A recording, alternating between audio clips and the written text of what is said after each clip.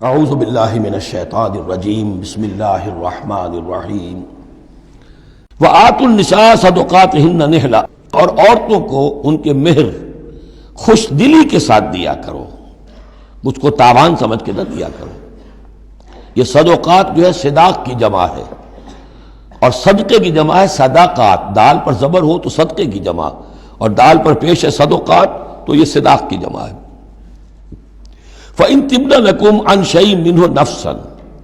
پھر اگر وہ خود اپنی مرضی سے، اپنی رضامندی سے اس میں سے کوئی چیز تمہیں دے دیں،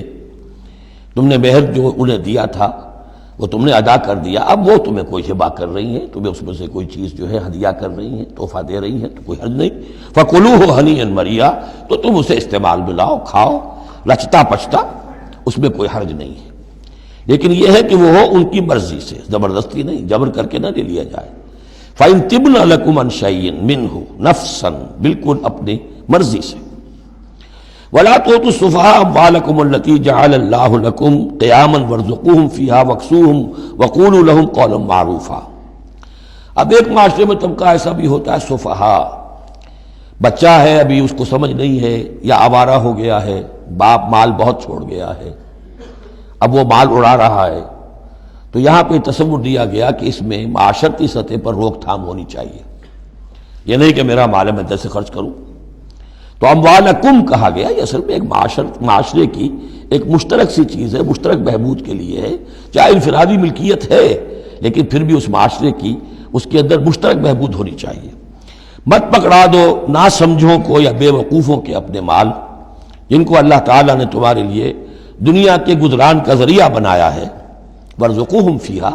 ہاں انہیں رزق دیتے رہو اس میں سے، وَاكْسُوهُمْ کھلاتے رہو پلاتے رہو،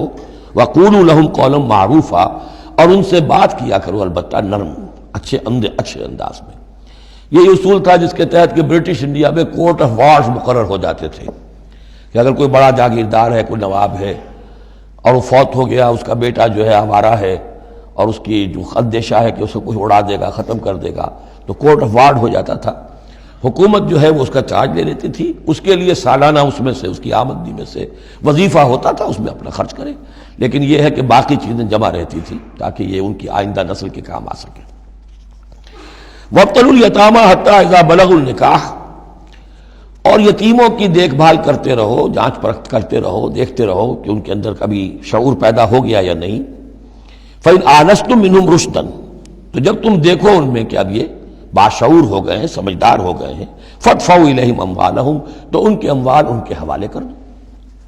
وَلَا تَأْكُلُوهَا إِسْرَافًا وَبِدَارًا أَن يَكْبَرُوا، اور دیکھو اس مال کو کھانے کی کوشش نہ کرو، ہڑپ نہ کرو جلدی سے، کہ ایسا نہ ہو کہ بچے جوان ہو جائیں تو یہ مال تو دے ہی دینا ہے میں نے، تو اس سے پہلے جتنا بھی اس کو میں کھا جاؤں کھا لوں۔ وَمَنْ كَانَ غَنِيًّا فَلْيَسْتَعْفِفْ، اگر کوئی جو ولی ہے یتیم کا وہ غنی ہے، اللہ نے اسے خود دے رکھا ہے، کشائش ہے اس کے پاس، تو پھر اسے یتیم کے مال میں سے کچھ بھی لینے کا حق نہیں ہے، پھر اسے یتیم کے مال سے بچتے رہنا چاہیے۔ وَمَنْ كَانَ فَقِيرًا، اور اگر کوئی خود تنگ دست ہے، محتاج ہے، اب ظاہر بات ہے وہ یتیم کی کوئی نگہداشت بھی کر رہا ہے، اس کا کچھ وقت بھی اس پہ صرف ہو رہا ہے، تو فَلْيَأْكُلْ بِالْمَعْرُوفِ، تو معروف طریقے سے، بھلے انداز میں، جو کہ معقول انداز ہو، اس میں سے اگر وہ یتیم کے مال میں سے کچھ کھا بھی لے تو کوئی حرج نہیں ہے۔ اسلام کی تعلیم بڑی فطری ہے، اس کے اندر وہ بندشیں نہیں ہیں کہ جو ان نیچرل ہوں، جن پر عمل کرنا ناممکن ہو جائے۔ فَإِذَا دَفَعْتُمْ إِلَيْهِمْ أَمْوَالَهُمْ، اور جب تم ان کے مال ان کے حوالے کر دو، فَأَشْهِدُوا عَلَيْهِمْ، تو گواہ بنا لو کہ یہ چیزیں تھیں جو آج کی تاریخ میں میری تحویل میں تھی، آج تک میں نے ان کے حوالے کر دی۔ وَكَفَىٰ بِاللَّهِ حَسِيبًا، باقی اللہ تعالیٰ کافی ہے حساب لینے کے لیے، یہ دنیا کا معاملہ ہے، اس کے لیے لکھت پڑھت شہادت، باقی اصل حساب تو تمہیں اللہ کے ہاں جا کے دینا ہے۔ لِلرِّجَالِ نَصِيبٌ مِّمَّا تَرَكَ الْوَالِدَانِ وَالْأَقْرَبُونَ، مردوں کے لیے بھی حصہ ہے اس میں سے کہ جو ترکہ چھوڑا ہو، جو وراثت چھوڑی ہو والدین نے اور رشتہ داروں نے۔ وَلِلنِّسَاءِ نَصِيبٌ مِّمَّا تَرَكَ الْوَالِدَانِ وَالْأَقْرَبُونَ، اور عورتوں کا بھی حصہ ہے اس میں سے جو والدین کی وراثت ہے، جو انہوں نے ترک کیا ہے، ان کا ترکہ ہے، اور رشتہ داروں کا۔ یہاں پہلی مرتبہ اب عورت کو وراثت کا حق دیا جا رہا ہے، ورنہ عرب کے معاشرے میں عورت کا کوئی حق وراثت نہیں تھا۔ یہاں پہ فرمایا گیا کہ مما قل منہ او کثر، چاہے وہ وراثت تھوڑی ہو چاہے زیادہ ہو، قانون جو ہے اللہ کا اس کو اس کے اوپر پورے طور سے نافذ ہونا چاہیے، نصیبا مفروضہ،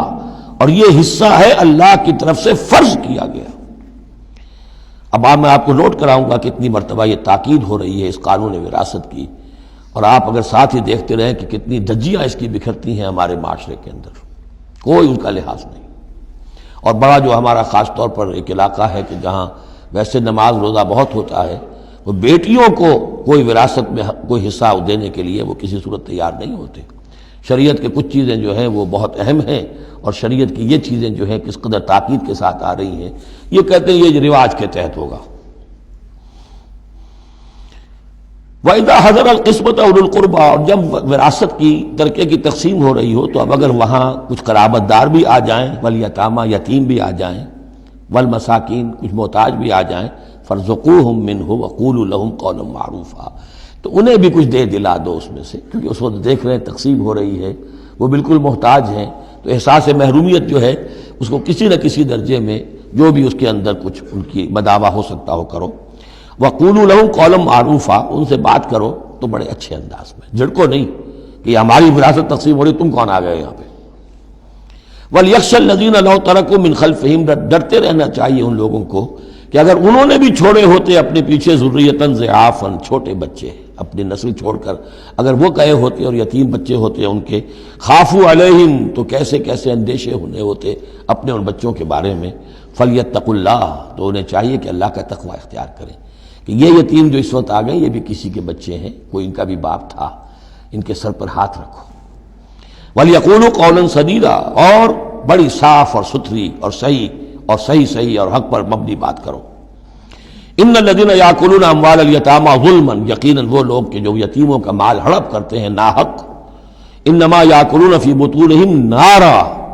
وہ اپنے پیٹوں میں بھر رہے ہیں آگ، وسیصلون سعیرا، اندر کی آگ تو اپنے پیٹوں میں ڈال رہے ہیں اور سموچے وہ خود آگ میں ڈال دیے جائیں گے۔ تو گویا کہ ایک آگ ان کے اندر ہوگی اور ایک جہنم کی آگ ان کے باہر ہوگی۔ صدق اللہ العظیم۔